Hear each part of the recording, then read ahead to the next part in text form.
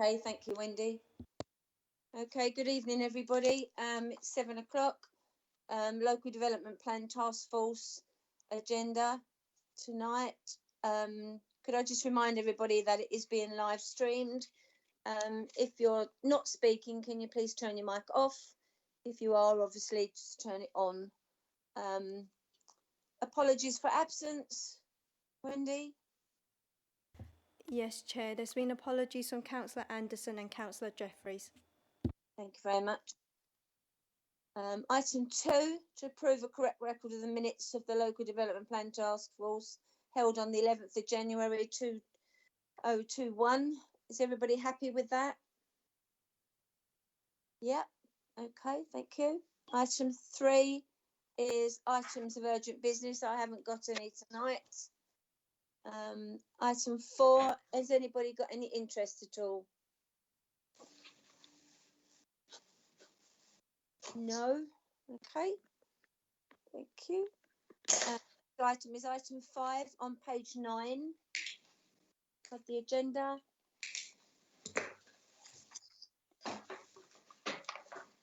Thurrock local plan. There's no who's reporting on this one. Is it you, Matt, or Lee? Lee, thank you. Thank you, Chair. Good evening, members. I just want to say a couple of words before we launch into the reports, just for context of the agenda. So we have 3 reports on the agenda this evening. The first provides an update, an overview of the local plan, and as an offshoot, we also have an update on the design charrettes that we've been rolling out with the Prince's Foundation. Sean will be taking members through that report. The second report will be presented by Matt and provides members with an update on the Thurrock transport strategy work. And Adrian from Stantec is also with us this evening to provide a short presentation. The third report is slightly more granular, and we're going to be talking about parking strategy, standards and enforcement. Chair, whilst each of the reports could be read as standalone papers, we really ought to see all of these as intertwined as part of the local plan process. We're really, when we've been speaking before, it's really important, I think, that we see the whole context and not just individual parts or reports in isolation. So, Chair, with that sort of quick overview, with your agreement, I just hand over to Sean to take us through the first item. Okay, thank you. Sean? Okay, thank you, Chair. I suppose this has now become an annual event. It's the end of year report. And what we want to do is sort of look back over the last 12 months very briefly, and then look forward to the next year in terms of the work we need to do to get the plan in place as soon as possible. As you all will be aware, over the last 12 months, we've had to contend with the impact of COVID on the plan making process, and that's particularly felt itself in the way that we work. And obviously, we are now much more comfortable working in a virtual fashion than we were some time ago. You'll also be aware that in the various discussions we've had about consultation with the community, we've been grappling with how to do it in a context where we can't meet with people face to face. And I think, again, the work that we've been doing at the Prince's Foundation and Snapdragon has sort of helped us develop a new strategy, and I'll come back to that a little bit later when we talk about the design charrettes. And some things never go away, and I'm talking about the Lower Thames crossing, and we still don't have a decision on it, and it still casts a degree of uncertainty over its impact on the local plan. But I think we now have a strategy that allows us to work around that, and that's to look at identifying the range of sites out with the zone of influence of the Lower Thames crossing, and look to deliver a 5 to 7 years land supply, which means we can move forward, at least in the knowledge we have, enough sites to meet our existing needs and future needs in that short period of time, but also allow us to work with partners to bring forward infrastructure to support the delivery of sites along the route of the Lower Thames crossing in the longer term. And I think the last thing is probably worth mentioning, again, in terms of uncertainty, is the government's publication of the white paper last year, Planning for the Future, which still none the wiser as to the degree that the government will take forward the radical proposals within the white paper and its impact on the local plan process. But hasten to add that we have been in contact with HLG, and we've brought them up to date in terms of the process we're taking forward with the local plan, and they seem pretty satisfied that we're adopting an approach which would chime well with the ability to maybe transition to a new local plan process. So hopefully there will be no delay in moving the plan forward. Now, talking about the near coming, we'll be publishing a new local development scheme, and it sets out the timetable for preparing the plan. It's a requirement that all authorities have to do this, and MHCLG use it as a monitoring tool in terms of progress. What we will be looking to do is move out next through the process this year, pulling the plan together, developing the evidence base, writing the plan to get us in a situation where we can go out for consultation on the draft Reg 18 plan in 2022, and then move swiftly forward to the preparation of a Reg 18 local plan, which is the plan that we actually submit to the Secretary of State. And pursuant to that, there will be an examination in public that we hope to get to that stage in 2023. And then really we're in the hands of the Planning Inspectorate and how long it takes them to actually go through the examination process. Ours is a very complex plan, so I think we fit within the 32-week timetable for examination, and then thereafter we'd wait for the inspectors to come back with a report, and then we'd have to go through very statutory stages before we adopt the plan, which will probably be 23-24. Obviously it's a complex plan, and we've always put our hand up when there's support available from government. We're currently in discussion with the Planning Advisory Service, who are helping local authorities bring forward plans in order to meet the government deadline of adoption by December 2023. And we have had a meeting with them. We've set out some of the areas where we think we could get their support. We're waiting for them to come back with a range of recommendations and suggestions. And one of the things that we've asked them to do is look at project management support, which will help us expedite the progress of plan. In terms of the work programme for 2021, we've got an ambitious work programme, and the report sets out briefly some of the headlines, and it's really where we'd like to be next year is in this meeting with you and being able to sort of go through the key outputs of the technical work we'll be undertaking this year. And by then, in terms of housing, we would like to be able to say this is the number of homes that we've got to meet in terms of delivery, the number of affordable homes and specialist housing needs. We'd also like to be able to say to you that we think we can reduce the amount of development in the Greenbelt because we've rigorously appraised the opportunity for development to be brought forward on brownfield sites, but also within our town centres. Equally, this year, one of the key outputs is the preparation of a housing supply paper, which will set out how we're going to meet our targets. And we will be doing this from a bottom-up process in terms of assessing each site individually, but also taking a top-down approach, which looks at how we can deliver better places and promote good development and good design. And that will be based on the work we're doing with the Prince's Foundation. So hopefully with the work that we're doing with Prince's Foundation, it'll give you the beautiful picture on the box of the jigsaw. And then the work that we're doing in terms of the sites will help pull together the pieces and slot them together, all glued by new infrastructure. In terms of the economy, obviously it's good news that we have been successful in terms of Freeport. And obviously we need to do further work to look at and identify what the nature of the jobs that will be created and how they can be directed to meeting the needs of the local community. And we also need to appraise whether now with that demand potentially increasing for employment land within the borough, do we need to allocate additional sites? And if so, what sort of sites to meet future market needs? And also we need to look at what do we do with some of our older employment areas. I know that's a real concern with members that where we have employment locations positioned with residential areas, that there's a significant impact on the amenity of the residential communities. So we'll be looking at the opportunities there for lift and shift. Of course, it's not just about employment land, it's about our town centres and how they respond to the challenges, COVID and the market. And what we do, we'll be pulling together a series of regeneration strategies for each of the centres, little and large. And we hope to have that work progressed to sort of a completion stage this time next year. We'll then obviously use that information as we move along to help with the design approach. Transport is a key issue for the local plan. Obviously, notwithstanding the Lower Thames crossing, there's still a need to improve our transport infrastructure and to move away as far as possible from providing road space. It's moving more towards providing infrastructure strategically in terms of mass people movers, public transport, through to walking and cycling. And we can provide that through the radical transformation and development of new growth locations. But all of that has to sort of help support the delivery of other key council priorities such as climate change, air quality, and obviously health and well-being. So the work we're doing this year, moving forward through the gears, will be from baseline, and the report later from Adrian will set out some of the key facts that we've revealed from discussions with the stakeholders, through to the preparation of a transport strategy, a vision for movement, and the vision for movement is looking at, well, what would the network look like in 2050 and beyond, and then what are the sort of the steps we need to take through the plan process to facilitate that journey. And then obviously we need to test and validate the technical evidence base and the packages that we pull together to improve transport and cost those, and we'll be doing quite a bit of work on modelling as the year progresses. I think historically, and we've discussed it quite a number of times at this task force group, the importance of dealing with community infrastructure needs in a way that hasn't been done previously. And we are also working with stakeholders to look at what those infrastructure needs are, and with the idea of producing an infrastructure delivery plan for the borough as a whole. But that will be broken down into sub areas, and we'll be looking at those growth locations where we can bring forward development to help identify, address key historic infrastructure needs, and each of those will have its own separate infrastructure delivery plan. Of course, none of this happens unless we have agreements in place with the government and other funding agencies and the infrastructure providers themselves.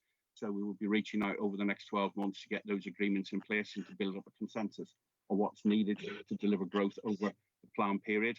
And lastly, we will be working to look at pulling together a sale charging schedule, which will allow us to capture the value of growth, and then look at funding a priority list of infrastructure across the borough, which will be big and small, and we bring that back to members at a later date for ratification of those priorities. We've also got environment, and obviously with climate change is one of the biggest issues that the plan has to address.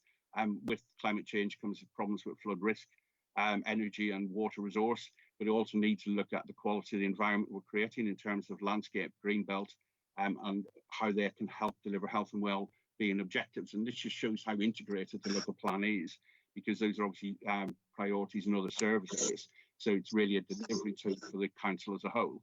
And then lastly, in terms of the evidence base, it's making Thurrock a better place. It's making all those individual communities that make up the borough better places. And so quite a lot of work will be going into the preparations of master plans and development frameworks. I did mention the sort of like the local centres, but moving up, we'd be looking at how we do that for whole new settlements, growth areas, and then the borough as a whole, so that all these pieces fit into that jigsaw.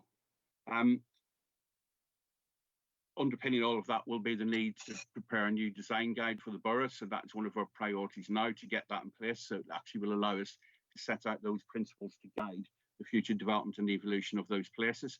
And I think that's something we would look to get back to the task force early in the summer, given its importance.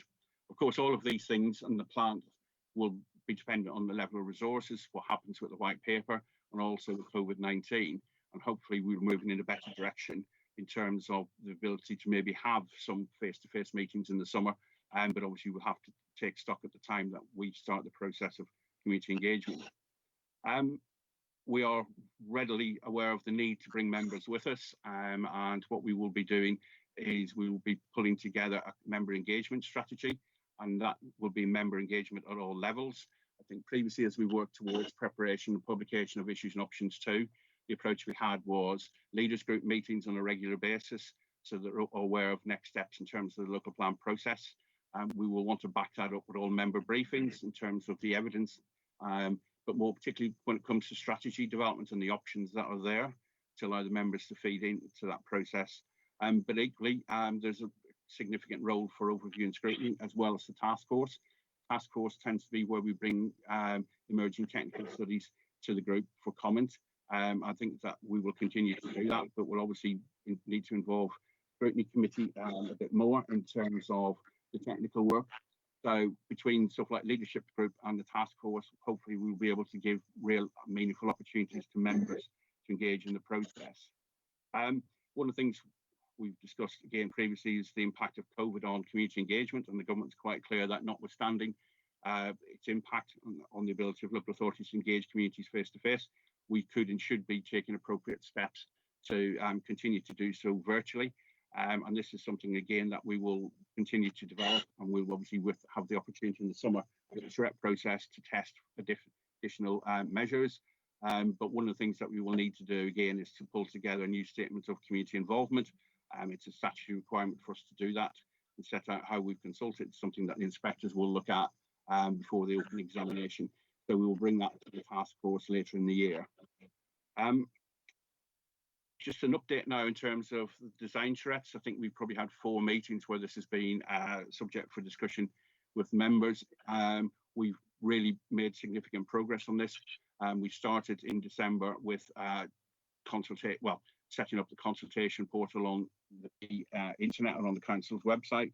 We've also then had a meeting between all the key local authority officers and Prince's Foundation to sort of brief them of what we thought the key issues were that will shape the future development of the local plan. And we then subsequently had 8 meetings across the borough in different locations with landowners, developers and scheme promoters. Those sessions have been really well attended. I think by and large, we probably had about 90% attendance rate from scheme promoters and their agents. And the process has been in the morning, we give them a briefing through all the different key issues that are affecting the local plan and the opportunities. And then in the afternoon, we break out into 3 or 4 groups and effectively the group's master plan, the development of the growth locations and settlements. And that's been a really illuminating exercise. It's certainly improved our understanding of the key challenges facing the borough, but also the key opportunities and the need to work collaboratively with the landowners and developers. I think it's fair to say that many of them came to the workshops in the expectation that they will just plug their site into the existing road networks using existing community facilities such as schools and ready to go.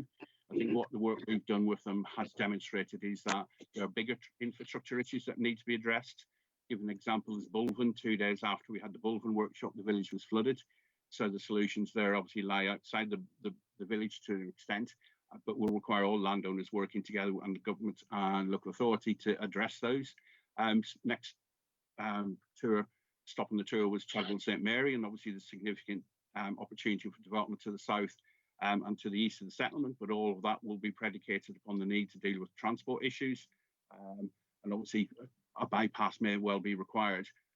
So those things could be funded and should be funded by people working together rather than actually putting the burden on 1 or 2 landowners and developers.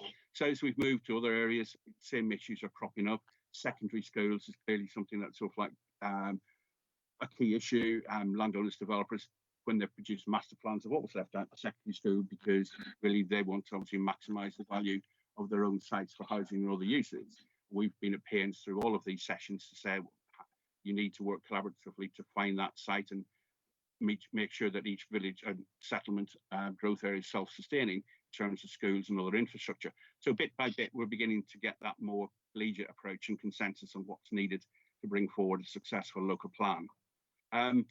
Next steps in terms of the charrettes, we will be having a series of sessions with the team to sort of like go through what we've learned and to pull together our thoughts on what the opportunities are that we need to be teasing out through the consultation with the community in the summer.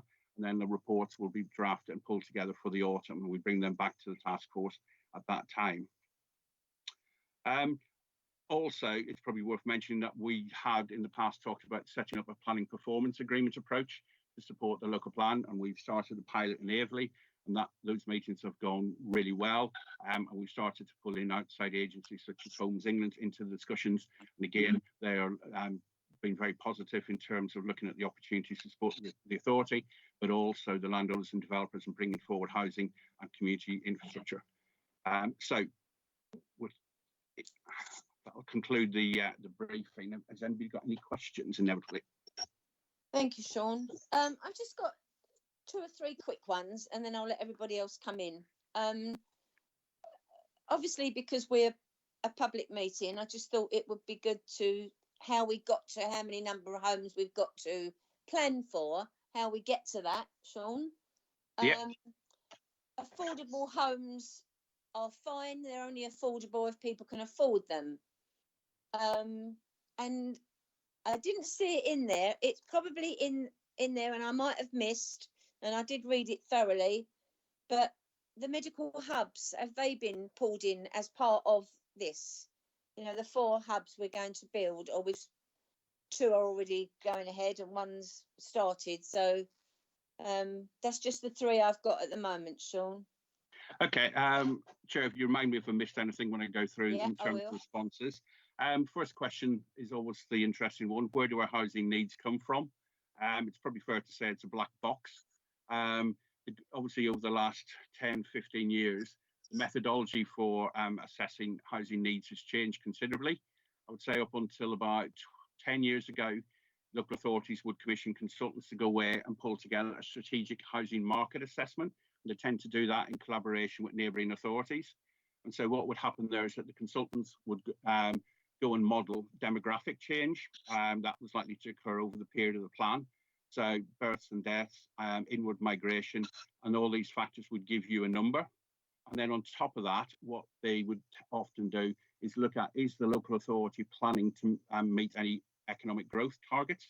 And then they'd look at whether the population over the plan period will be sufficient to meet the jobs that are likely to be created. And obviously that varies with different authorities, but Thurrock, we will see significant jobs growth, and therefore the figures that come from the demographic analysis would have to be uplifted by a given number. And so the most recent study that we did with the South Essex authorities was in 2017. And if memory serves me right, I think our demographic figure plus an element of market uplift for affordability reason gave us a figure of about 1,000, just over 1,000. And then on top of that, I think the economic work we did indicated the need for another 300, should correct that, 300 dwellings a year to meet economic needs. Now that was done under previous methodology, and then since then the government has introduced what's called the standard methodology. And also we've had the tweak with the algorithm, the rogue algorithm, which has given us another set of numbers. And now the government's gone back to the standard methodology based on sort of a different construct. But the figures haven't really changed much. I think we are around 1,000 in terms of 1,100 in terms of our base requirement. And then on top of that, we then have to add in jobs growth. So that's a piece of work that we're starting now, the economic development needs assessment. And then once we've got that number, we will give it to the consultants and they will turn that into a homes figure and we'll add that to the base. So we should have that in the late summer, autumn of this year. So I think we'll probably be around 1,100, but I wouldn't sort of hang my hat on that. So that's the figure we will have then. Now, the only other thing that might then affect it is obviously if we are asked by neighbouring authorities to meet some of their unmet housing needs. And I think historically there has been discussions amongst those authorities as to Thurrock's readiness and willingness to accommodate any additional development. But what we would say to them is that if we are meeting the need of industry to create additional homes to meet a shortfall of employees within the borough, we will inevitably be meeting London housing needs, South Essex housing needs and the like. So there's a question there as to whether we could and should be making any additional allocations to meet their own housing needs. And then I suppose the very last thing, just so complicated, is have we got the infrastructure and the environmental capacity to sustain and support those homes? Have we got the ability to deliver those homes? Because obviously we're reliant upon a housing system which is predominantly based on the private sector delivering quantums on an annual basis, and there's very little we as an authority can do to encourage them to develop if they don't see an economic reason for doing so. And then lastly, obviously you asked what about affordable housing? I think again we have to go in and do the technical work, but I don't see why that the technical work won't come back and say it's 35% or above needs to be affordable housing. And then the issue then becomes, well, as you've said, Chair, is that truly affordable housing? Will it meet the needs of the community? As a local planner, all we can do is allocate the land to meet those needs. We can't determine in any way, shape or form what the type of housing that's provided. So that's really a much wider issue for the council to address. Thanks, Sean. Are we actually pulling in some smaller builders, you know, to build smaller housing instead of the great big sometimes we do, you know, which makes us about 400 homes or, you know, 500. Are we looking at smaller ones sometimes of, say, 20, 25, something like that? Yeah, that's a real imperative for us to be able to encourage SMEs to get into the market of providing homes. We've got lots of big strategic sites, which won't come forward till middle to back end of the local plan period, and then they will be delivering big numbers. But in the short to medium term, we need a lot of shovel-ready sites where small SMEs can get involved and start churning out, providing competition to the volume builders. But again, this is something very difficult because the market has always been very much dominated by the big builders, volume builders. So we're having conversations with Homes England to get them to help us diversify the nature of the housing product, as well as potentially the role for Homes England to be a master developer. So what they would do is they would come in, put in the infrastructure and parcel up sites, and then make them available in the market to SMEs or to help forward fund strategic infrastructure, which could be transport infrastructure, or it could be schools, secondary schools, and other pieces of infrastructure, which ordinarily you would expect landowners, developers to fund. But if there are issues of viability, it's often the case that Homes England come in to actually help lift the burden from the house builders' shoulders. Thanks, Sean. Just mentioning the medical hubs, is that something we pull into this? The 4 medical hubs that we're building at the moment? Oh yes, sorry, yeah. I mean, Right. it's in terms of the infrastructure planning work going forward, we're assuming that the 4 hubs are developed, but we know that in other growth locations there may well be a need sooner rather than later to provide additional facilities, and so that's been factored into the work we're doing. So we would look at how many new homes are expected to come forward in a given year, and then when we hit various trigger points, what's required in terms of infrastructure, whether it's primary schools, secondary schools, or hubs. So that's again a discussion we're having with the STP and the CCG in terms of what future facilities are required to meet need. Thank you, Sean. Councillor Kerrin? Thank you very much, Chair. I think I'll just sort of throw them all out there, and then you can just sort of go through them. A lot of them cover similar. I've got similar sort of concerns to yourself, Chair. Firstly, with the numbers, I knew this item wouldn't have specific numbers, but at some point, that's when the discussion is going to get real for a lot of people, when the numbers are out there. And in terms of, the 32,000, I haven't heard that for a long time, and I don't know whether I'm pleased about that or I'm getting nervous the fact it hasn't been heard of for a while, because it could mean sort of maybe more. I don't know. So my first question is really, at what point will we get the bald figures of the numbers we're dealing with?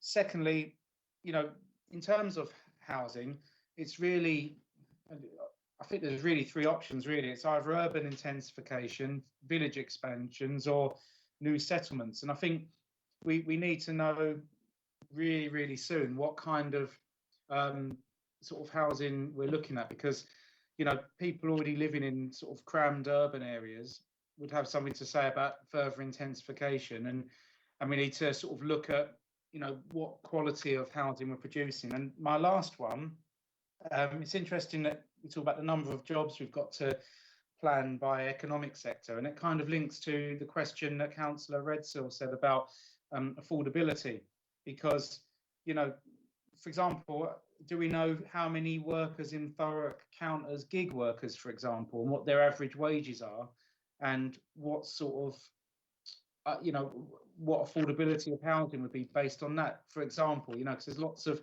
different types of employment in Thurrock. So how are we looking at the broad range of people who on high salaries down to people who are living gig by gig, and how the housing will be affected by all that as well? So yeah, those 3, if you could please, Sean, and thanks for indulging me. It was a long question, but thank you. Okay, again, if I've forgotten anything by the time we finish, please remind me. In terms of the numbers, as I said earlier, I think we will be in a position come the autumn to be able to report on what our housing numbers are and how we're going to meet them. As I said, I think we have to go through the process of commissioning the economic development needs assessment, get that number in terms of jobs created, and then feed that into the SHMA housing needs report. So it will be the autumn when we have that. It'll also tell us in terms of those niche housing needs and affordable housing what our numbers are, and then we can take stock and look at how we deliver them.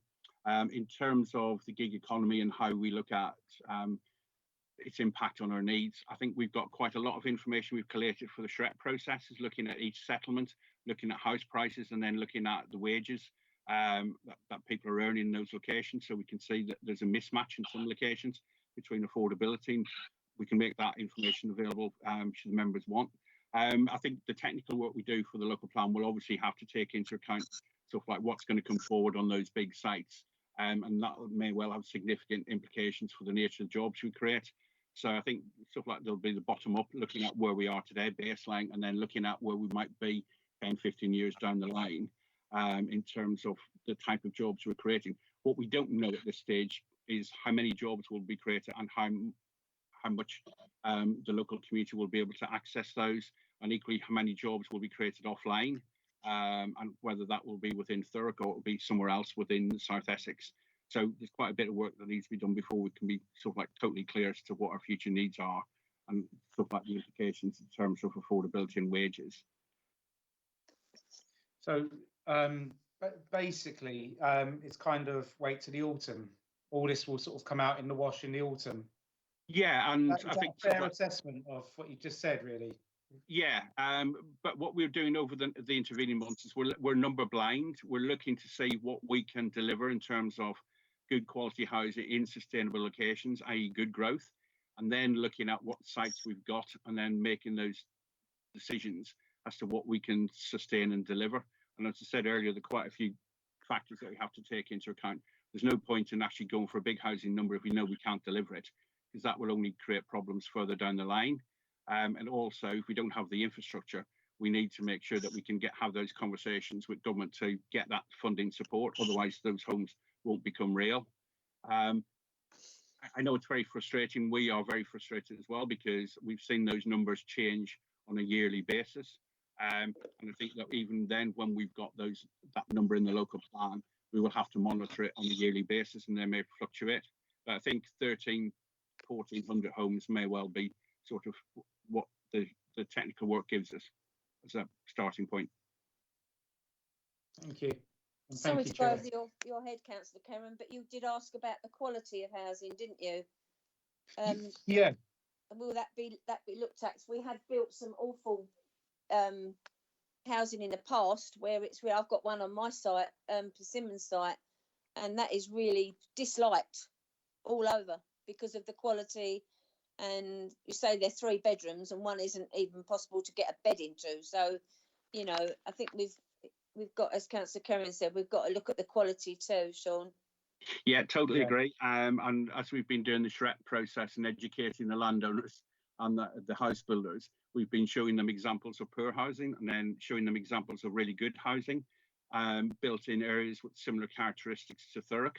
So there's no excuse to continue producing the developments of the nature that we've seen over the last decade or two.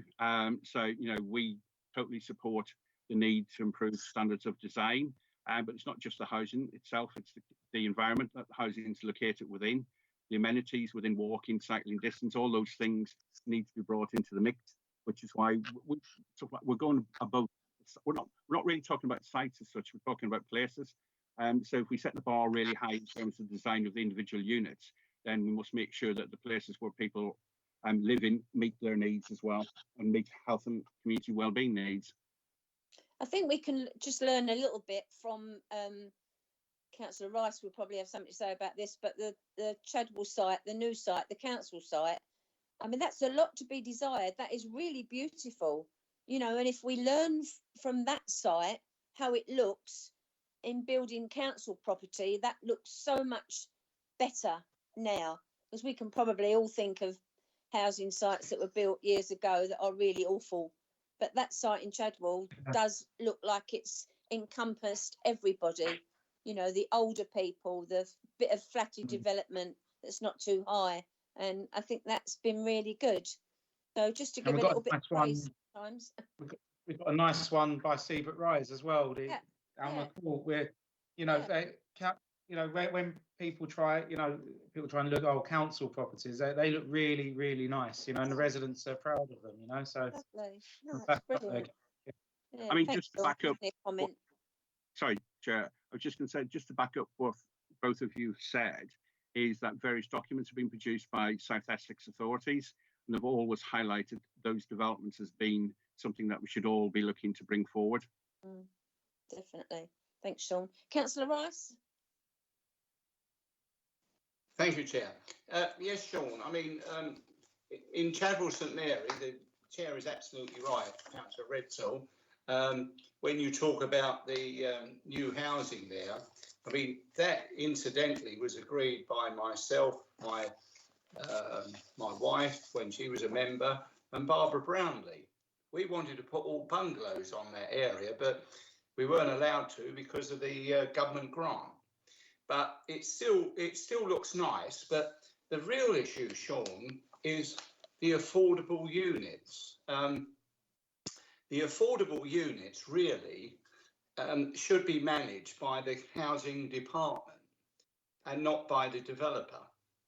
That way you would get a better mix, and you'd certainly get people off your housing waiting list. I mean, you know, whether we talk about dynamics, you know, we've got anything from an 8 to 10 year housing waiting list at the current time. And if we were to get those affordable units not transferred to a housing association, but to Thurrock Council's housing department, I think we're going to have half a chance there. When it comes to like Chadwell St Mary, the area I represent, I mean, the forum have actually been quite forward thinking. We pushed them along that way. For instance, we've got 2 industrial yards which have got planning permission, that's Cowards and Stars, but at the back of them we've got some old disused pits which would go right the way down to the bottom of Chadwell, which you could build probably about 2,000 units, but that's where you're going to need the bypass out of Chadwell down to the bottom of the hill that would link up the Marshfoot Road and into the A13 and a Dock Approach Road. But really what we've got to do also, we've got to look at areas like Alsett, Balvin and Horndon to contribute towards their housing targets so that they can actually then contribute towards the Stamford and Corringham targets and the Fobbing targets to actually help DP World, because at the moment we've got plenty of stuff down the, you know, the west, but we've got nothing in the east. We haven't got a lot of homes in the east. So, you know, that's a real message, and somehow we've got to overcome that. And I saw the comments about Alsett and Balvin in the presentation here. I mean, Alsett really, you could actually move into the farmlands and produce some good quality homes, because if you look at places like Stifford Clays, that was all farms in the 50s. But there came a time, and like Chadwell St Mary, there came a time when we said, well, we're going to build a new estate there. Where you build the new estates, you've actually got some hope to get some infrastructure in. If you start to load up, you know, the Ockingdons and so on and so forth, unless you put real new roads in, people won't be able to get out of them. And I'd be fascinated what your thoughts are on that. I wouldn't disagree with anything that you've said, and I think that as we've gone through the SHREP process, we've looked at each area in detail, and I can see all of those areas having potential to bring forward housing. I think it's really the case of what scale is appropriate and what infrastructure is required to support its delivery. So again, I think, you know, east, west, north and south, there will be new housing brought forward or being promoted through the local plan. I don't think any area should be off being considered, because landowners, developers are promoting the sites. We have a duty to consider those properly and to make those allocations based on rational judgments of deliverability. And to me, that would suggest that most locations within the borough are appropriate. Yes. I mean, one in particular I can think of in the Balvin area is the man who has the airport there. He has the desire to build all over his particular land. I mean, that could provide some significant housing. But what you've got to do is those affordable units have got to be belong not to the developer, but it's got to belong to the council. Because in belonging to the council, we can then actually steer them in the right direction where we want them. In other words, we can take them off our housing waiting list, where at the moment, the affordable units, in some respects, wouldn't even be affordable to people on average salaries in the borough. So it's something to bear in mind, Sean. Thanks, Sean. I think looking at what you don't want to do is the villages lose their identity. And I think probably Councillor Rice might agree with me, because I think we sort of had the same view that perhaps there could be another village somewhere. You know, perhaps that's not what we're looking at, because sometimes that makes communities. All these big housing developments don't build communities. It's a bit like Chafford 100. They don't build that community there. It's all an in-out culture, you know. And I think in Alsett and Balvin and Fobbin, and you've got that small sort of that breeds a community that worries about people and looks after people. They don't want to take that away from them, you know. It's I think there's got to be scope. I don't know whether we've looked at it, Sean, whether there is a scope for another village anywhere. I think in the main, most of the development locations that are stuff like self-evident are urban extensions, and it's the ability to use that development around an existing settlement to try and improve the existing settlement, and using the value generated to provide for the schools and community facilities and leisure facilities, like look to renew existing shopping centres, and that would generally be the approach. In terms of new settlements, large or small, well, obviously we have West Horndon, which is being promoted as well by landowners, and the position we've adopted there is to wait for the conclusion of the examination into the Brentwood local plan, so we'll know whether that plan succeeds, or then we can have those conversations with Brentwood about potential for development there. And equally, looking at Southfields, I think that's potential for a new village. Because obviously you've got the housing development with very little else, and it's whether you now look to round off the development form there and make it more sustainable as a place to live. So I don't know if there are any other locations being promoted that lend themselves to being a new settlement, large or small. Is that the one you're talking about on the 128? That's it, yeah. Yeah, that goes down the Lower Dunton Road and joins up with other houses, doesn't it? It's got a golf course there as well, isn't it? That's the golf course that they want to build on, isn't it? Yeah, it sort of borders on our land and Brentwood, doesn't it? And a bit of Basildon, doesn't it, in a way? Yeah, I mean, if it was developed to its full extent, then yes, it would border onto Basildon. Yeah. It's getting rid of sport again, isn't it? For people to enjoy. I think we've got to be careful we don't take away, but then that's not down to me, but we've got to be careful that we're not taking away that sporting bit and the land, you know, that people can actually use. So we'll see how that one pans out. Has anybody else got any questions for Sean? No? Okay. Do you want to add anything, Sean? Are you? No, I don't think there's anything useful looking at this stage. It might be that obviously when we go through maths, transport, then we can talk about the local plan and transport. Yeah, okay. So I think we're on item 6, page 31, yes?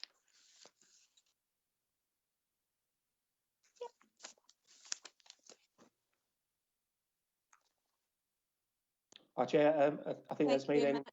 Yeah, taking you through the transport strategy paper. The intention then, Chair, if it's okay, is to just sort of take you through a brief update in terms of the thinking so far to get us to a refresh of our transport strategy. My colleague Adrian is also available this evening to provide a brief presentation on some of the baseline study work. So I'll go through the transport strategy paper. Happy then to sort of break for some questions before Adrian presents, or maybe Adrian presents and then we take questions in total after. So whatever works, really. Yeah, I don't mind. Okay, off we go. Yeah, so the paper really is to provide members with an update in the steps that are being taken to produce a new Thurrock transport strategy. Members may well be aware of the existence of the existing strategy covering the period 2013 through to 2026. We have seen the need to refresh that transport strategy to align with the emerging local plan and the need to accommodate growth as we consider a refreshed transport strategy. And this evening really is a really good example of just kind of identifying how that work aligns with the local plan as the local plan develops. Other points on the agenda tonight, my colleague Nav it has an item later about the parking strategy and how that is a supporting daughter document, sub-document to the transport strategy going forward, and also the work that Adrian's going to speak about. It just gives an overall view of how all of this is coming together now, with the focus being the long-term growth and supporting the emerging local plan. So the paper sets out the steps to produce a new strategy, including technical baseline, visioning has been spoken about, the need to engage fully and appropriately with consultees and partners, and to get feedback from our communities and our business groups as well. As a reference, there will be a suite of documents supporting the strategy, and they include things you won't be surprised to hear about, things such as active travel, parking strategy, which Nav will cover in more detail later on the agenda, things like freight and a new freight strategy to be brought forward, and also covering areas such as air quality and health.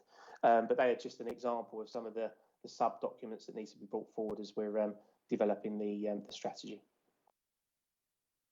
Thanks, Matt. Sorry, Councillor, if you're happy, I'll just cover a little bit. Yep. Okay. No problem. So the areas that we've identified in the scoping work to date, and this is developing work which we've been working on for a while, but it is an opportunity. We see this evening, obviously, an opportunity to gain feedback from task force members.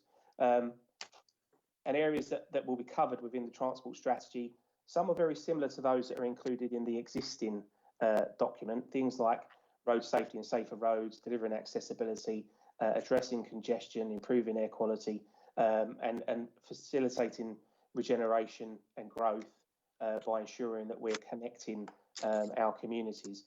But we're also looking at the wider elements, things like the opportunities and hopefully the benefits that are offered by Lower Thames Crossing, the need to consider different ways of travelling now and certainly for the future in terms of the potential for mass rapid transit systems, encouraging more people to travel sustainably and using the modes, healthy, active and sustainable modes, walking, cycling and public transport use.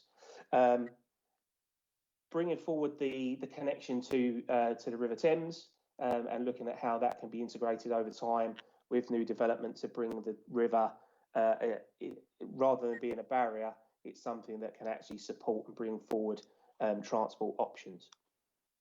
So we've been working on a high level vision for the strategy, and that kind of sets out our key vision through to and up to 2050. It sets out the key kind of the principles and policies that the strategy needs to consider and undertake. And it also looks at the future needs for travel demand as we're bringing forward growth for housing and more job opportunities. As Sean has already mentioned, there is a need to understand how that links in with the infrastructure and the transport provision to ensure that our network can cope and that our network offers the alternatives and ensures that there is a free flow of traffic that makes the location accessible, attractive, and somewhere for business and developers to invest. So a number of strategies that will be brought forward. They're covered in more detail in Appendix A. There's a whole raft of suite of documents there that needs to be developed over time to support the strategy. And we've also identified some work which looks at the infrastructure that is required to support growth.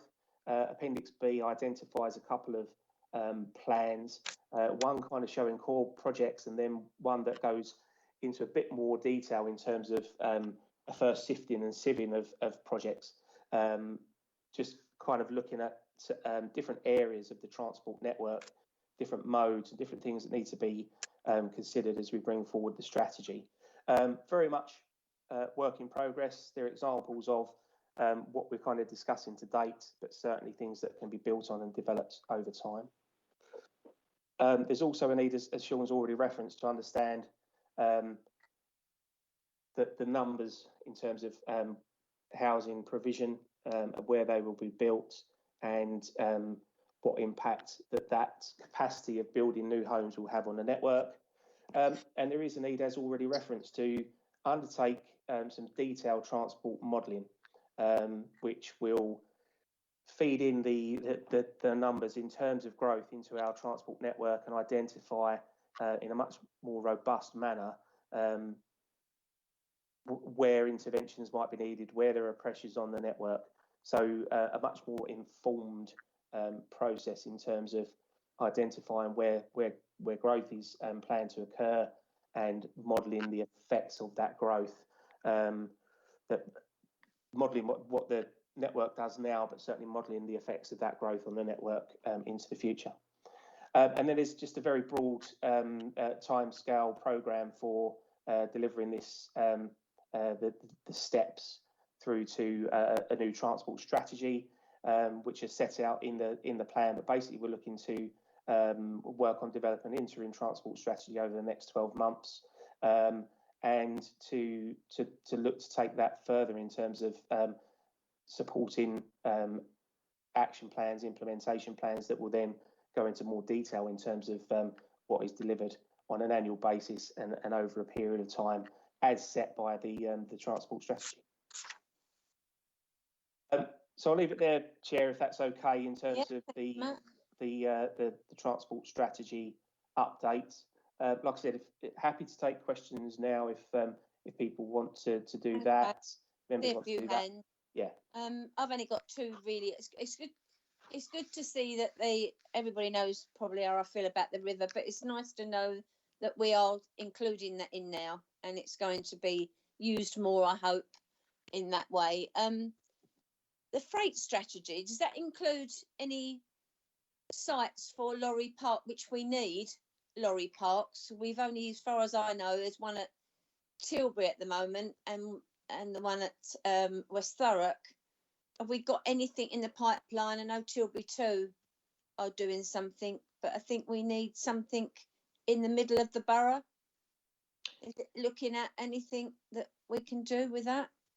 Yeah, it's a bespoke piece of work, but I think we need to consider locations that might lend themselves to lorry parking provision, and how that would affect the rest of the network. So that is certainly a piece of work that needs to be considered in more detail and brought forward over the life of the transport strategy. Certainly. I mean, there were 4 sites 10 years ago. There were 4 sites. Yeah. I think one was on the A13, which would be a good place on the A13, because they come along there sort of north and south, or going east and then coming back westbound. I think that would be a good place, because they're all heading in the same direction in a way. So it might be something we might see at a future stage. Yeah. Yeah. Okay. Lovely. Councillor Kerrin.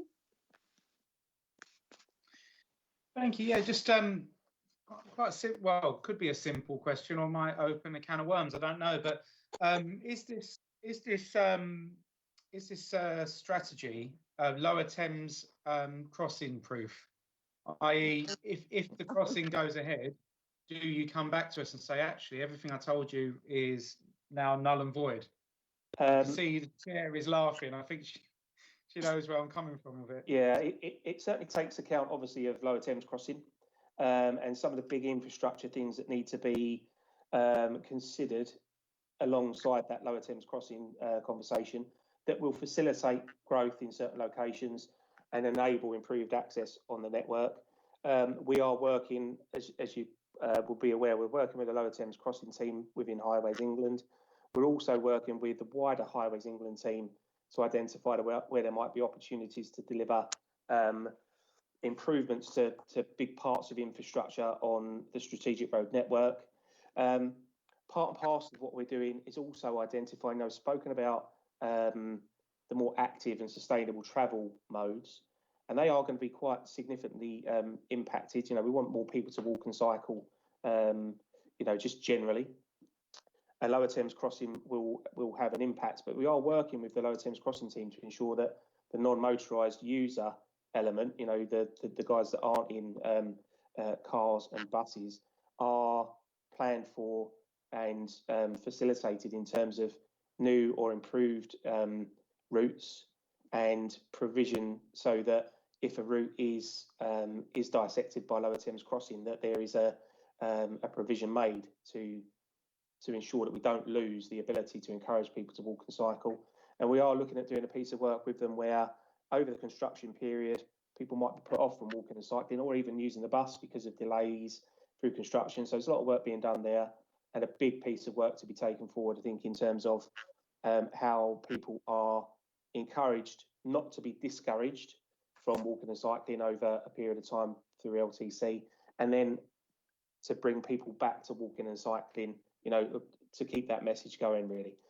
So we are very conscious of the need to bring that forward. We do reference the benefits that we can gain from LTC, and that will be put forward in terms of helping to fund certain measures and to address any kind of access issues. And there's a whole raft of stuff coming out through our consultation feedback, where we've identified the need for bridges, green bridges and links, and alternative measures and provision.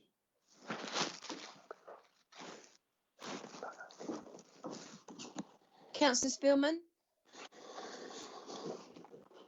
Thank you very much, Chair. I wanted to know what's the process for getting the electric car charging points, like to the scale that we actually need them.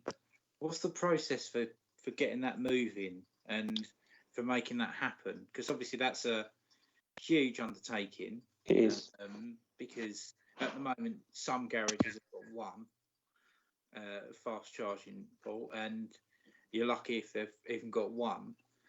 And it's quite hard to actually calculate the speed of the transition from now until the point where we're supposed to be all electric. So I just wanted to know, from a process point of view, obviously we're not there yet, where you are with that and how you're going to model that, basically. Yeah, no problem. Thanks, Councillor. Yeah, so there is some work already being taken forward on EV charging, and a paper went to ONS, I think it was either January or February, I lose track slightly, but that is bringing forward our opportunity to work with electric vehicle charging operator to identify the best locations and the best way to bring forward that EV charging infrastructure that's needed in the right locations now, and certainly for into the future, so that we can identify where charging is required.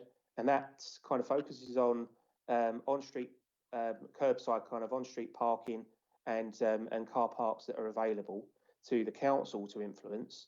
Certainly through our kind of development management process, we are encouraging more EV charging to be provided, or for the infrastructure to be provided, so that the cabling and the ducting and things like that are available through new development. And certainly colleagues are looking at through the travel planning process and the overall planning process for certain scale developments to include things like EV charging, but then also electric vehicle clubs, so that people don't have to own a car, but they could utilise the club and utilise the electric vehicle as a result of that club.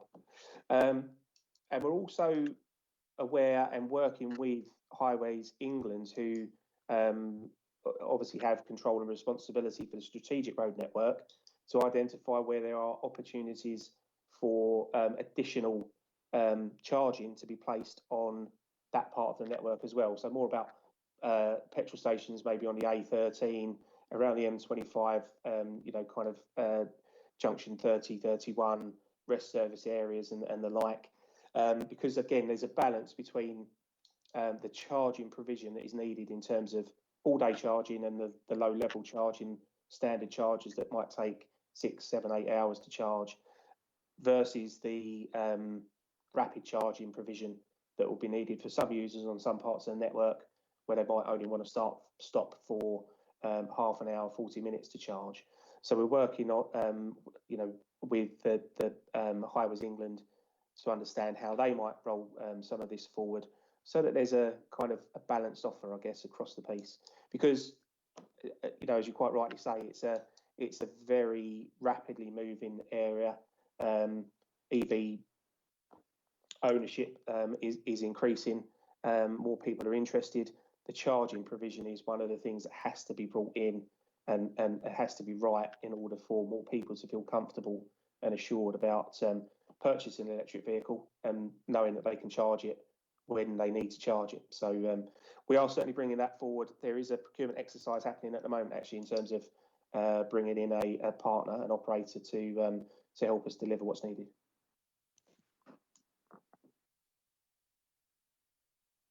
Can't see any more hands up. Did you say Alan, Neve? It's Adrian, if I can, Adrian. Chair. Sorry, Yes, Adrian. And I think quite hear he's that. got a couple of slides to share on a presentation. So if we're Okay. able to facilitate that as well through Wendy, that would be great. Matt, before we go over to that, Yep. on page 39 is the strategic transport vision. Could we do something about the printing? Because I don't know about anybody else, but it's so small, and I don't need glasses. It's so small that Right. you can't, if we could, like, I don't know, make it coloured or something. I don't know. Yeah, But no, we'll have a look. very, I don't know if anybody else has had that, but trying to look at that is you've either got to have a magnifying glass or something on it. But Yeah, they are actually much bigger plans in They reality, but Yeah. they've been sort of manufactured down into the pack today. So it gets certainly, so small, doesn't it? yeah, but they are certainly more accessible. But I take your point that they don't read very well No, they on don't. the No. presentation. Sorry. No, Yeah. I was trying to have a look at it and think that it went. Okay, do you want to go? You going through Wendy for Adrian? Yeah, if that's okay. That's fine. Adrian will come online and present, and Wendy, Okay. if it's okay to take him through the slides, that'd be perfect. Thank you. Over to you, Wendy. Okay. Adrian, might be better if you present it from your screen, because then you could flick through the presentation easier. But if you don't have that facility, I can do that for you. It's just you'll have to tell me, next slide and things like that. Yeah. Yes. Thank you, Chair. Thank you, Wendy. If I'll share my screen and we'll see how it goes. So just a second.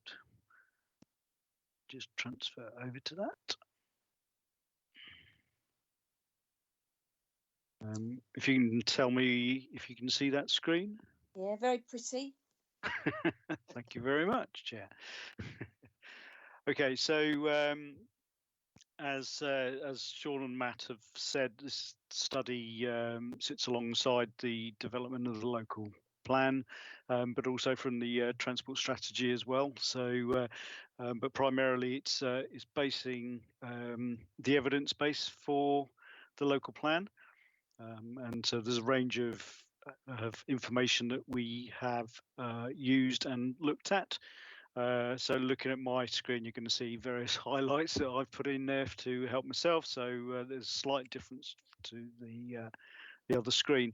So we've been looking at various baseline evidence that is available.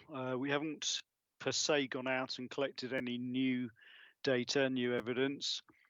So it's been assimilating existing transport and travel information from bases such as the census, which is obviously rather long in the tooth, and I suspect we're all updating our own census returns now. So we're 10 years out on that one, but obviously it's a national database that we've got to extract various information.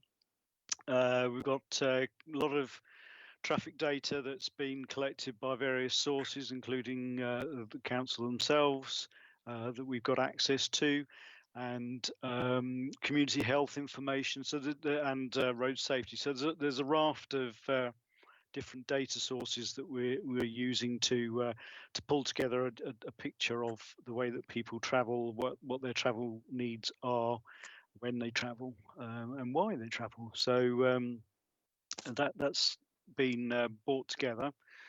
What we're looking to do is establish a strong evidence base that can be used through the local plan process to demonstrate that we are compliant to government guidance, therefore supporting the local plan in its journey through examination. And so we are basing the way that we analyse that data on planning guidance, and so that forms the structure behind the report that will come out of this study. As I've said, it's part of the wider evidence base for the local plan, and the way it's been reviewed at the moment is on the base of about 30,000 homes, 26,000 new jobs, starting to inform then the infrastructure and the policy that would be needed to support those local plan and the transport strategy. So that's the basis that we've been studying. And there's a lot of talk, obviously, this evening about how that sits with the strategic growth as we go through. So very much examination of background data, giving some analysis on that data, not drawing conclusions per se, but pulling together, the principles of what that data's saying, so that it can inform those decisions. But perhaps more importantly, what it starts to do is identify where there are some gaps in that information and that knowledge, and where those gaps might need to be filled. So as part of the process, we've contacted a number of local stakeholders. Obviously, certain engagement with Sean and Matt and Nav and other officers, but also then getting into contact with external bodies such as Essex Highways and Highways England, but also public transport providers and the ports and the freight industry, just to get an indication of what their vision is for the future, what information they have, what aspirations and what challenges they have. So that's been very useful to identify some of the challenges. Undoubtedly, not necessarily sort of anything out of the unexpected, but things like access to the Thames, both for freight and for access for movement of people, identifying some of the challenges that the bus companies have with priority, and obviously on the trunk network, some of the challenges over congestion and reliability. So that was, excuse me a second. That was carried out over a range of about 5 different workshops and telephone calls. The ones in grey here are the ones that we weren't able to contact, so unfortunately we weren't able to fully engage with TfL or the Essex Police, Purfleet Port as well. So there's a few there that we weren't able to engage with, and perhaps in the future we'll be able to get in touch with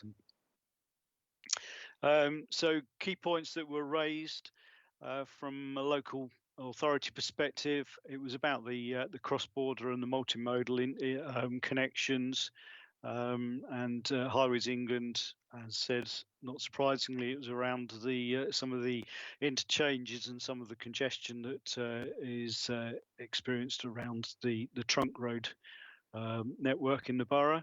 But again, mentioning modelling, it is looking at how the changes will be reflected in the future, and looking at developing strategic and local models for the borough to understand how the changes in growth, how the changes in travel patterns will be reflected and allowed for through the future infrastructure.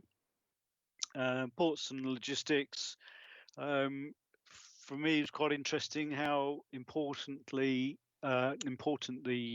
ports saw connectivity not only within the borough but from the surrounding boroughs, but also across the Thames as well. And both Tilbury and Thames Gateway saw that strong connection across the Thames as being very important for them to connect with staff.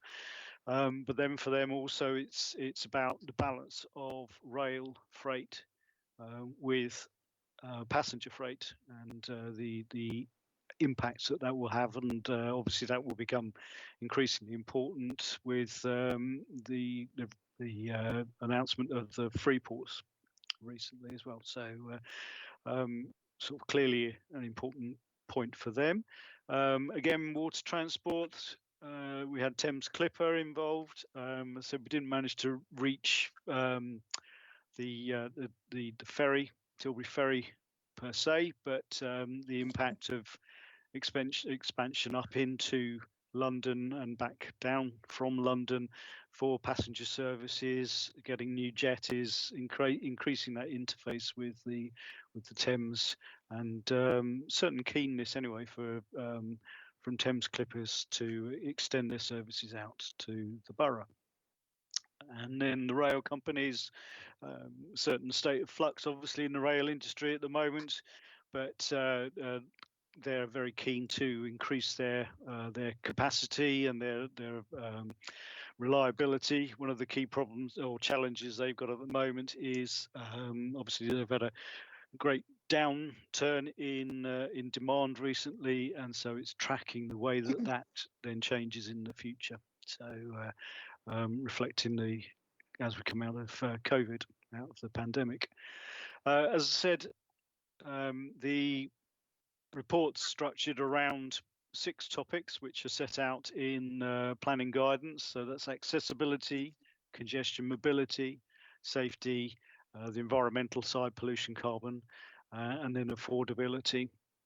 So we focus around those topics, both looking at a borough-wide process, and then actually focusing in on the 5 focus areas. I'm not sure whether Sean and colleagues have identified those 5 areas before, but we can talk about those if we need to.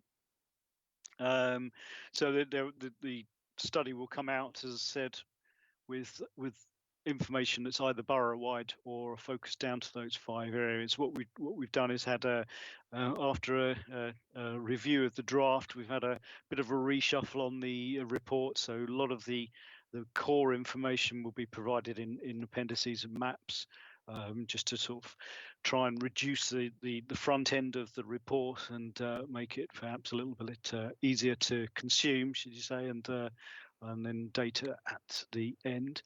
I mean, some of the key messages that have come out is that perhaps not surprisingly, the borough is a net exporter of movement from day to day, primarily with movement up into London by rail, quite a heavy percentage, about 30% of people travelling out of the borough by rail, but also a very strong car-based movement as well. So that was one of the points that came forward. And then when we've started to look at what it would mean for 30,000 new homes within the borough, what that might mean by magnitude of additional movement. So we're talking around about 350,000 more daily journeys or movements, either within the borough or into and out of the borough. Now looking at the way that people travelled back in 2011 and based on, 2015 on national travel surveys, we've got some ideas of what that might mean if there were no changes in the way that people travelled. So, we've got a large percentage of people that are travelling by car. There's almost 70% of people that were known to travel by car, and a relatively small percentage with active travel means. So, as we've already discussed, there's obviously going to be a focus on rebalancing that and looking to encourage active travel, and how we actually bring that about through whether that's an expansion in transport networks, or whether it's initiatives to build on the positivity of people's views towards movements to different transport modes. So these numbers will be sort of brought out through the study, but that's a sort of a quick... Adrian, could I just butt Yeah, in there? right. That ferry one, is that based on now? That was based on the 2015 chair. Oh, that's all right. So but it obviously doesn't include the Clipper. It's just the Cross River ferry. Yeah, thank you. So emerging conclusions. From my perspective, and perhaps as a naive outsider, if you like, some of the east-west connectivity it looks to be very important. We're seeing that within the bus network, how that's very east-west focused. Connectivity between areas was the London Road corridor is highly used by all modes, and obviously that's then conflicting because that's an important bus corridor. So there's a lot of connectivity issues. There's some movement obviously to developing the cycle network, and again, I think that needs to come through in future infrastructure, how that is extended, whether that's with or without LTC. Again, as Matt alluded to earlier, there's work with Highways England on improvements to non-motorised user connectivity. The air quality management areas are really focused around, again, that London Road, but if also up into Stifford. And I think there's a need to sort of revisit those and review those, and think again about whether those are actually monitoring the right areas now. So that's another area to review. And congestion was an interesting one. I think we were expecting to find congestion to be a bigger problem than the data tended to suggest. When we look at the change in travel times between peak periods and off-peak, we were expecting probably to find a greater difference, but what was coming out was not demonstrating that quite in the same way. So there might be that we need to look at that in more detail as to whether that is right, whether it is not being demonstrated through the figures.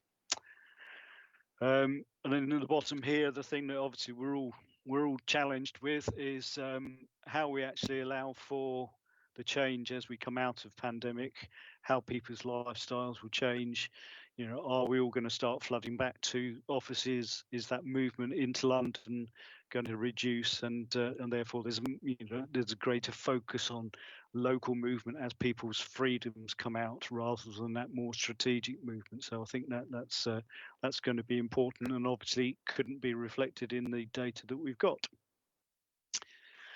I think this is our final one. So as I said, next steps, we need to sort of look through that, the information that's coming out of that, and see how we either supplement the data that we've got, how we rethink how that data is gathered, and really sort of the key one is at the bottom from my perspective is how you keep pace with change. But really, it's not about keeping pace; it's about using that information to actually lead the way, rather than be a follower, to actually take it in control.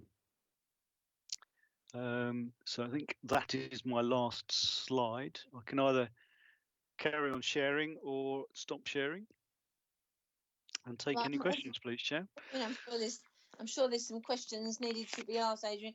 You obviously mentioned London Road. It's probably not in your remit, but London Road is so heavy, congested. Even now, within the pandemic we're in at the moment, it's going to be even worse when we come out.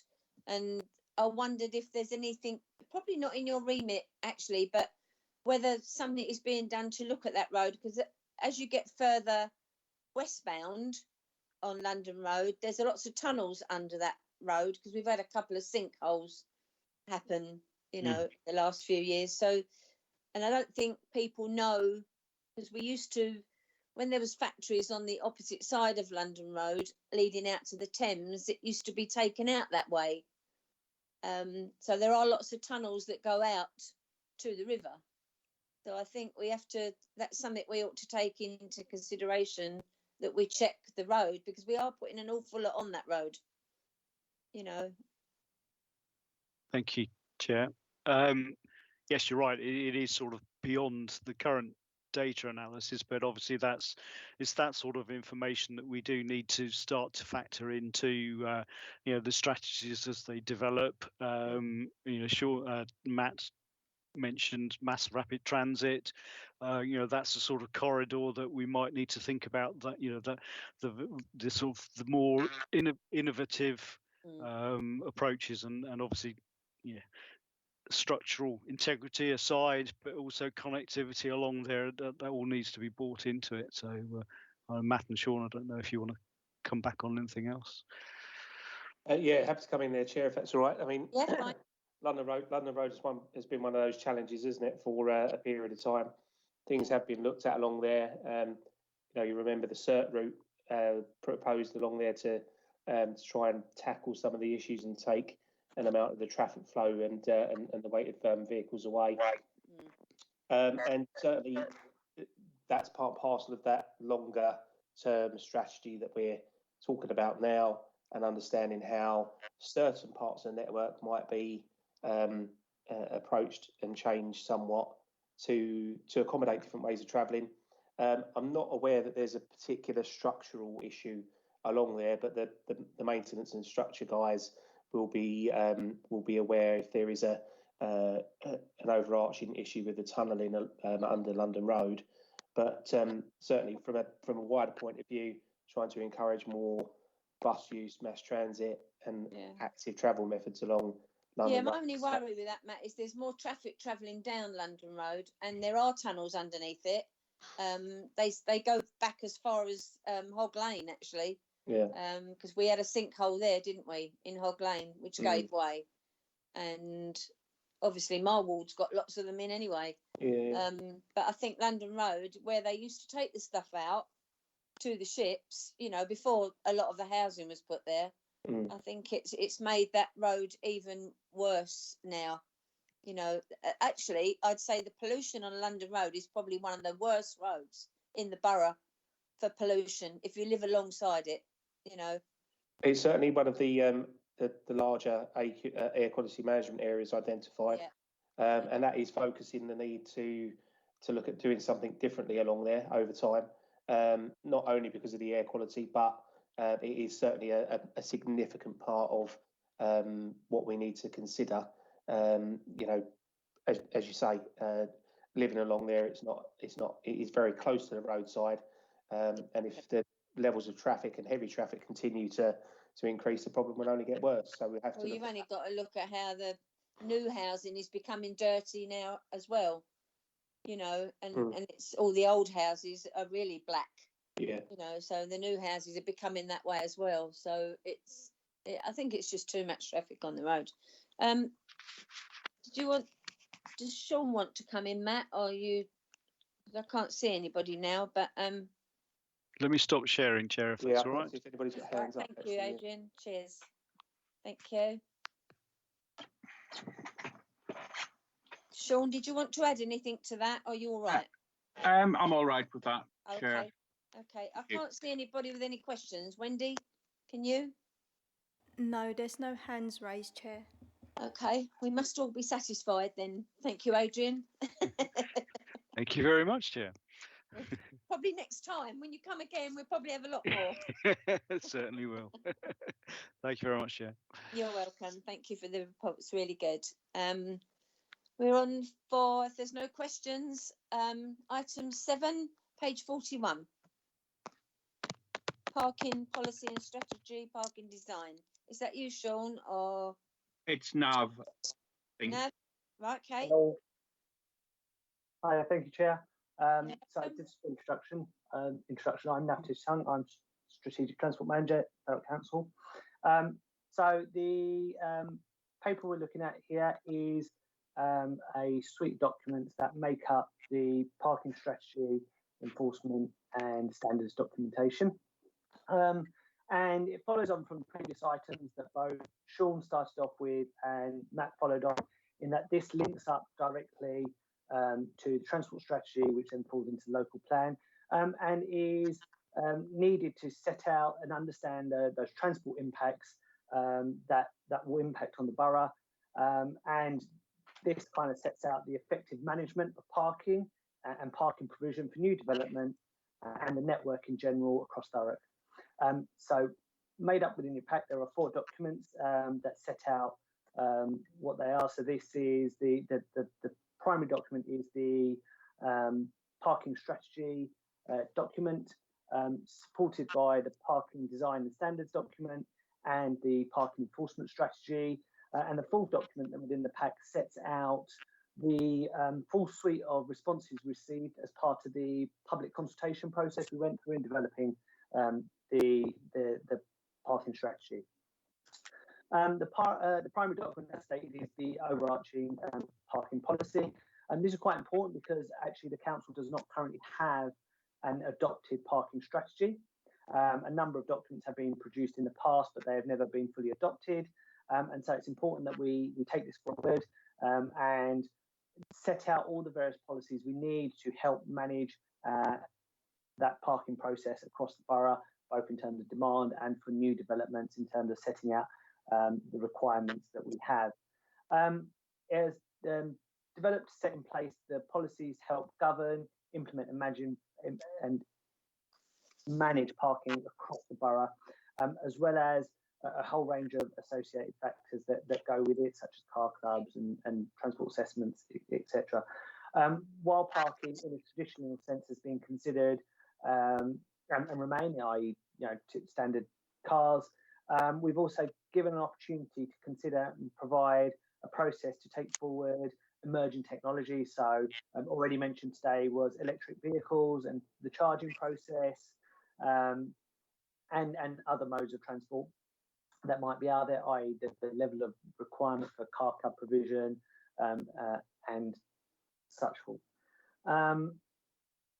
This document has been prepared with most up-to-date data and trends that we have both at a local level and at a national level in collaboration with external support, and is designed to align with the new transport strategy, in particular some of the key pillars that are in there, that is tackling congestion, delivering accessibility, improving air quality, making Thurrock roads safer and supporting sustainable growth and regeneration within the borough. With the likely growth in the borough, there is a clear need to ensure parking is given the appropriate consideration to help tackle some of the issues which arise, and this will include a mixture of managing, minimising and substituting the need for space for parking. Considerations begin for the existing complement of on-street and off-street parking provision within the borough, existing restrictions, parking controls, what else is there? And the level of sustainable transport provision that currently exists, so that all comes together to help develop this. These have collectively been renewed to help inform the development of policies and standards. The policies have been developed alongside engagement with officers who have the first-hand knowledge of the issues and considerations which are currently viewed on an ongoing basis. And the policies which have resulted will allow us to consider opportunities related to parking which may not currently exist. It is also important to be aware that there is no formal strategy, as I've already said, and And this is particularly true around the parking standards, which are currently in their draft format and were developed in 2012. This then neatly takes us on to the second document within that suite, which is the parking design and development standards. So this is read alongside the main strategy and the policies that are within that.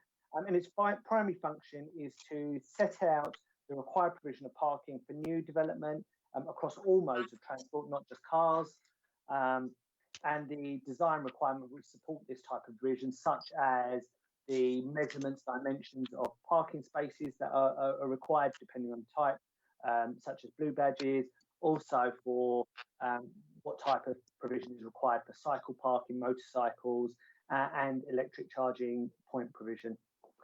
It also looks to set out the other modes requirement to help switch and facilitate from the car use.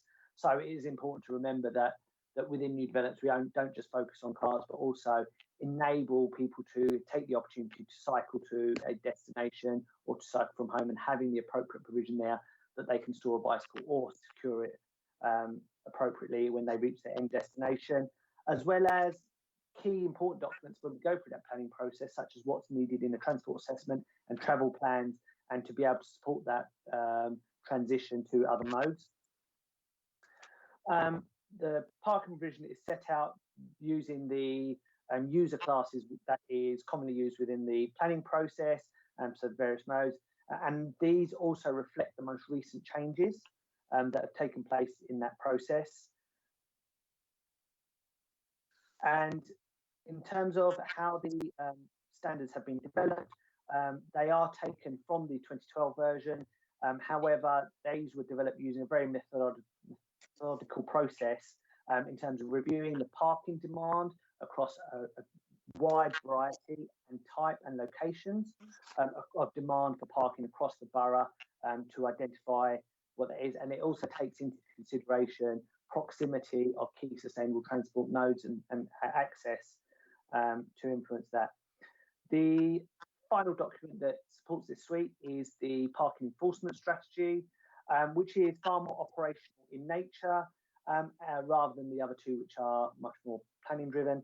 And this kind of sets out the legal framework under which the council undertakes enforcement of parking, but also sets out the process under which it will undertake that enforcement, and also sets out the process in which people can appeal against their penalty charge notices if required, and the process the council will follow in undertaking that. And then that's relatively short in nature. The last document, as I've said, for transparency, is the total responses that the council received when it undertook a public engagement process with this current set of documents. That was undertaken towards the latter end of 2020 in November and December of last year.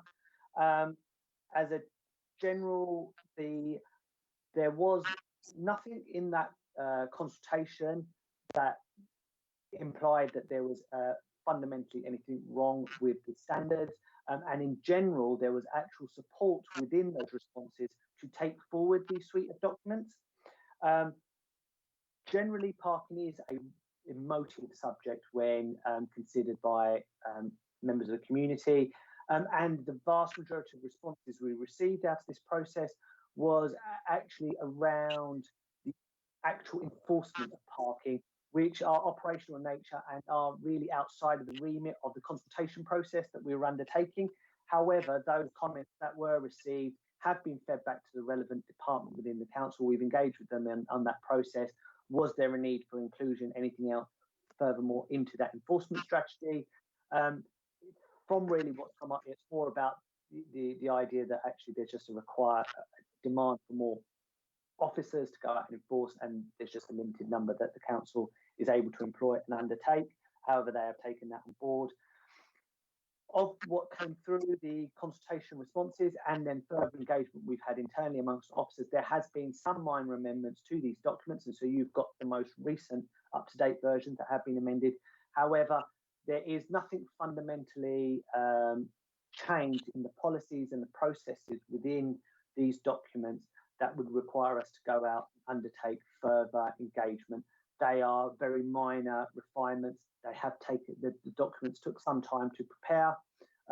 So there was just amending those, such as years and some changes that would have happened naturally within the borough that aren't reflective anymore. Moving forward, the process now is that we are looking for your views as a task force on in terms of the contents of the documents and how we can take this forward. From there, we expect to take it through a democratic process and through overview and scrutiny, and provided that is endorsed at that point to Cabinet for adoption over the summer period following elections. Can I help answer any questions? Thank you, Nev. Thank you. I was trying to see where you took all the pictures from. I'm gradually getting some of them, but I can remember some of them. I think most of us councillors, I mean, we've got the problem at the moment because everybody's working from home, aren't they? So we're going to have a problem at the moment with parking, whatever. I think a lot of us are really annoyed with the grass verge parking. You know, when people have actually got a driveway, but they park on the grass verge, then all that does is it's full of mud. And I think there was something, a law that was about grass verges for people not parking on them, but I don't know where that would sit. But I think it's something we ought to look at in the context of this, because we are just getting everything. Lorries are parking on them, they're parking on corners, and we've done all we can to put yellow lines on corners and everything else. But as you said, we haven't got enough enforcement to enforce it. You know, yellow lines are fine putting in, but all they do is move the traffic on, you know, to another area. So it doesn't, but I'm sure there is something out there for grass verges, and we need to bring that into that parking strategy, I think. I didn't actually see in very good piece of work, you know, very good. You know, I read it all and I thought how brilliant it was. A lot of work must have gone into this. Been up day and night, haven't you, Nav, doing this? I would love to take credit for writing it. Not No, it's brilliant. No, but a brilliant piece of work. I mean, it's you know, that's the only thing I've really got. I wouldn't know where to start with it, because I think it's just a big piece of work that has to go to overview and scrutiny, because they have to scrutinise this, and we can give our views, but I think overview and scrutiny is the best place for it to go, because then it will be, you know, as it says, it will be scrutinised. And I think I didn't know where to go with the questions actually on it, because I think we've just got problems.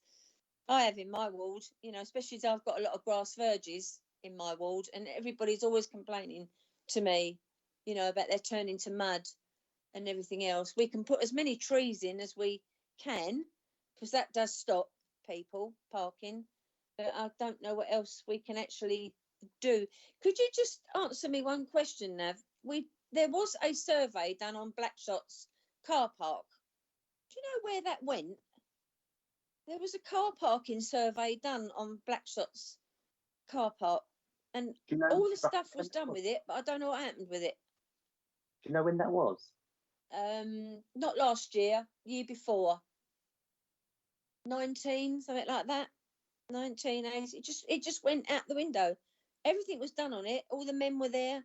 They were going to change it all round and alter the car, because as you said in this report, half the car parking places are not fit for purpose, are they? You know, Matt might be aware. Yeah. Well, if you can find out for me, Matt, I would appreciate that. Yeah, I'm not off the Where top that of my head, Councillor, but yeah, we can certainly take that away and yeah, lovely. Thank you. I just want to know what happened to it, really. I think this was, they were looking at redesigning it. They were. Nick was, Matt. Yeah, I never heard any more. So it yeah, just we can certainly go. dig into that for you, Councillor, and come back. Thank you. Cheers. Councillor Kerrin. Thank you very much, Chair. Two questions. Thank you for your reports.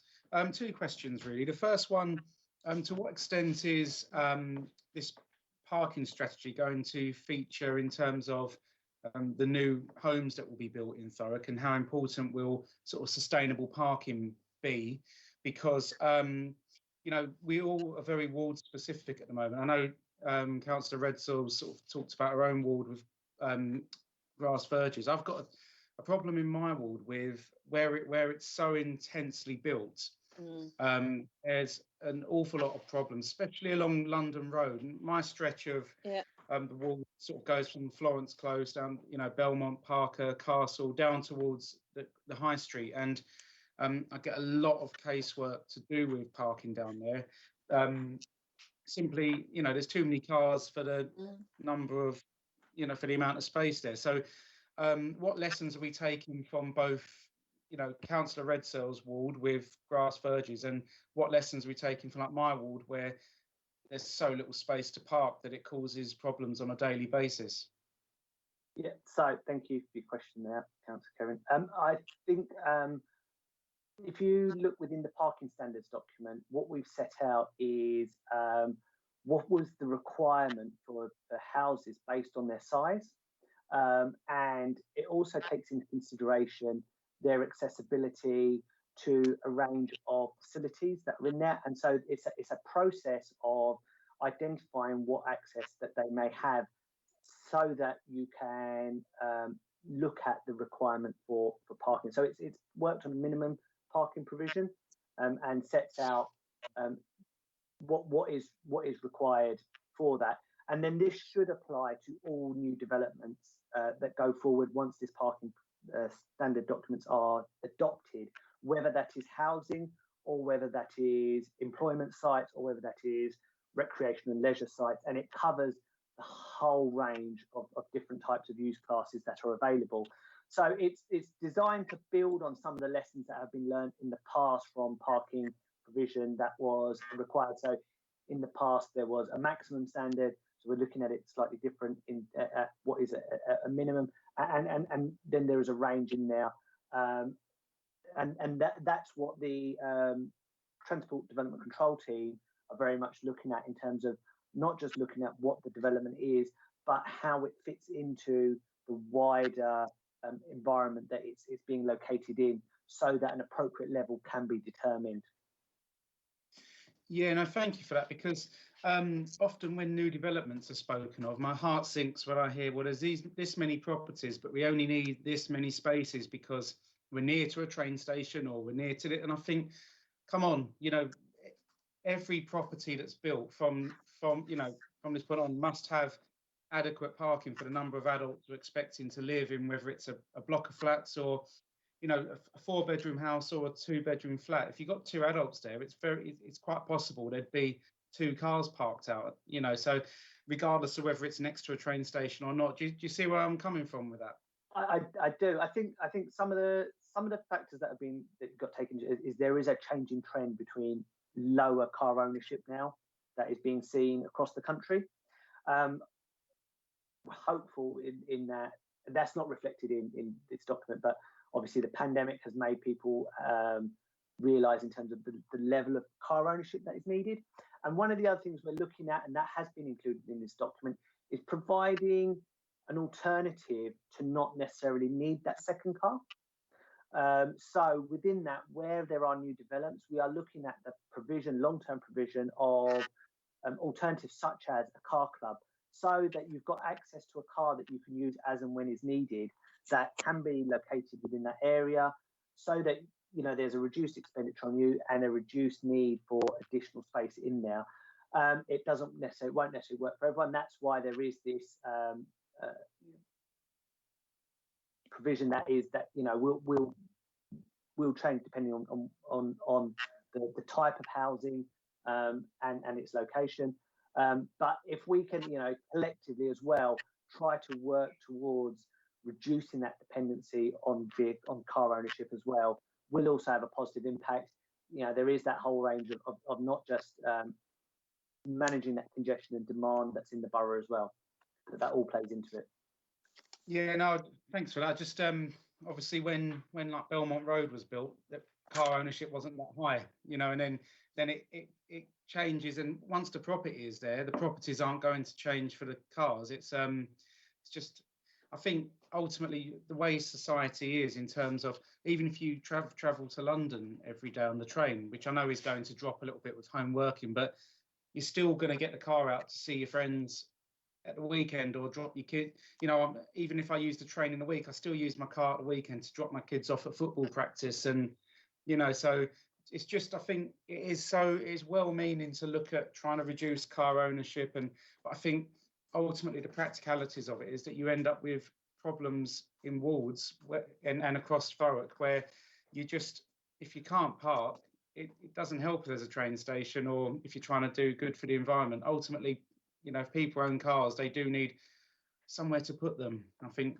So I think within this document as well, there is that management of the on-street provision that then comes with new developments, and the policies in place within these suite of documents around the requirement for potential further controlled parking zones, etc. So that there isn't this automatic assumption that you can just park on street.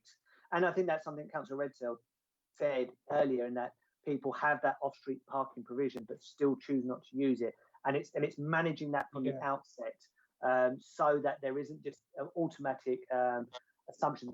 I mean, I can assure you from officers' point of view, there is that frustration we get ourselves when people write in and say, oh, there isn't enough parking. I have parking space, but, you know, now I've got 4 cars, etc. And it's, you know, there is that recognition that, yes, these over time, how a property functions changes, you know, as a family grows, etc., and then decreases. But it is around managing that parking out there from the outset, so that there is a known as to what you'll be able to use. Yeah, thank you, Chair. That's all right. I think also planning needs help, Nav, with, you know, they need help from whatever system is there. They need help with how many cars they have for each house. You know, years ago, I remember it 1.5, 1.5. You know, I don't know how you get half a car, you know, but it's, I think planning also needs help in that respect, that, you know, to carry through those planning laws, you know, that say, well, you've got to provide whatever, you know, because whatever, Councillor Kerrin's right, whatever we do, people are still going to use their cars. They're not going to go to Lakeside on a bus if they've got 2.4, you know, family. They're not going to go on a bike, definitely not. You know, you probably get killed on the way. You know, it's the way the traffic is out there. But you've done very well to put that together now, Celia, because overview and scrutiny are going to really go through that. I was just going to say that could also come to me on my committee for the environment, because that could still in the CGS, that could still come on that, you know, parking on grass verges. That is something we can take up on there, you know, because that is environmental, you know, so that is something that could come to us. Just going to say, if you look at page 34 of the policy and strategy document, there is a page dedicated to footway and verge parking. Within the consultation, there was a significant emphasis on enforcing against parking on the footway. So it's definitely a significant concern to residents that responded around trying to do that, and that has been fed back as well onto the enforcement department. Yeah, but we haven't got enough enforcement officers to enforce that anyway. You know, it's an impossibility, you know, for them to do that. You just hope that people park responsibly, which they don't always do. So it's but thanks for that, Nav. Has anybody else got any questions for Nav? They've all gone really quiet. They're gone to sleep. No? Nobody got any more questions? Okay. Thank you, Nav. Thank you for that. Brilliant piece of work. Be proud of yourself. Well, you know, I know you don't want to take all the, you know. For that, we're just on to the work programme now. Yeah.